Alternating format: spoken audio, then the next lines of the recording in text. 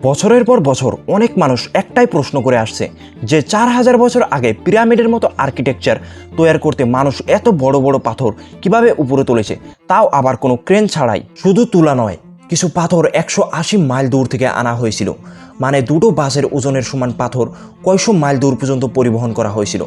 আসলে তারা এই পাথরগুলো পরিবহন করলো কিভাবে, আসুন ভিডিওটার মাধ্যমে জেনে নেই। চলুন যাই খ্রিস্টপূর্ব 2500 সালে, যখন না ছিল কোনো যন্ত্র, না কোনো প্রকৌশলবিদ্যা, আর না ছিল কোনো ক্যালকুলেটরের নাম নিশান। তারপরও তারা কিভাবে এত ভারী পাথর 180 মাইল দূর পর্যন্ত নিয়ে এলো, এটা নিয়ে অনেকগুলো থিওরি আছে।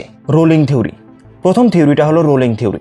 এর মধ্যে তারা পাথরগুলো কাঠের গোলাকার রোলারের উপরে রেখে টেনে নিয়ে যেত, কিন্তু গবেষণাতে দেখা গেল পথে ভেজা মাটি আর নদ নদীও ছিল, যেখানে পাথর রোল করে আনা কোনোভাবেই সম্ভব ছিল না। ফ্রিকশন কমানোর থিওরি। তারপর এলো দ্বিতীয় থিওরি।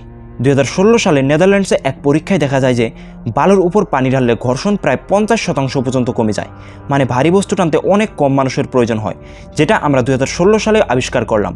সম্ভবত তখনকার মানুষ এই কৌশল আগেই জানতো। সাউন্ড লেভিটেশন থিওরি আরেকটা অদ্ভুত থিওরি, স্টেনহ্যান্স শব্দের সাহায্যে বানানো হয়েছিল হ্যাঁ সাউন্ড ওয়েভস।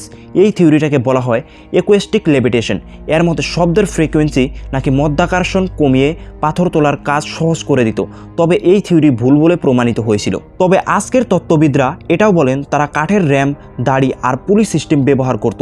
নতুন পরীক্ষার মতে 100 জন মানুষের একটি দল মাত্র 10 দিনে কাঠ, দড়ি আর মনের জোর দিয়ে একটি বড় পাথর দাঁড় করাতে পারত। তারপর কিছু সায়েন্টিস্টরা এটাও বলে বড় বড় পাথর উপরে নেওয়ার জন্য আগের মানুষ বাঁশ আর কাঠের সাহায্যে স্পাইরাল ট্র্যাক বা জিগজ্যাগ ট্র্যাক বানিয়ে পাথর উপরে নিত।